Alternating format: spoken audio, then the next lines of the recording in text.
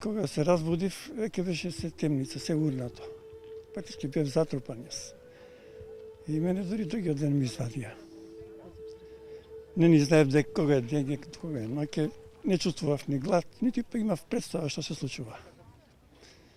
Така да другиот ден некаде околу пладне ми извади од подрушевини. 5 часот и 17 минути, 26 јули 1963 година. Скопје е погодено од земјотрес со интензитет од 6,1 степени според Рихтеровата скала. Со трајање од само 20 секунди, првиот и најсилниот потрес разрушува 65% од градот.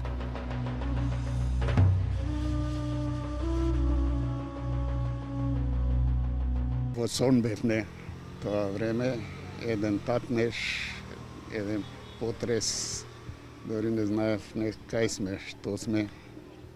И тоа беше миг. Во катастрофата над 1000 жители ги губат животите, а бројот на повредени е 3 пати поголем. Низа послаби земјотреси во текот на целиот ден постојано ги вадат скопјани на улиците врз орнатиот град. Спасување луѓе и грижа за повредените е сликата за која раскажуваат сведоци на кобниот ден. Стравична. Овој родителов беше на железничка станица, а ние позади железничка седевме. И ужасно ти е. Тоа дори не се заборава.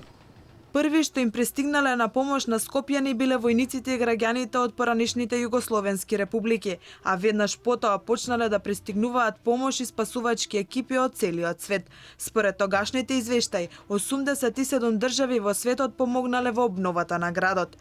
Главниот град денеска одбележа 57 години од земјотресот со низа активности и манифестации.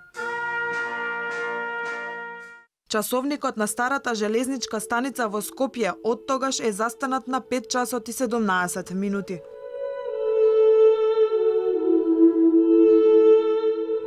Часовникот престана да го мери времето, но продолжи животот на скопјани и надежта дека повторно ќе го изградат својот град.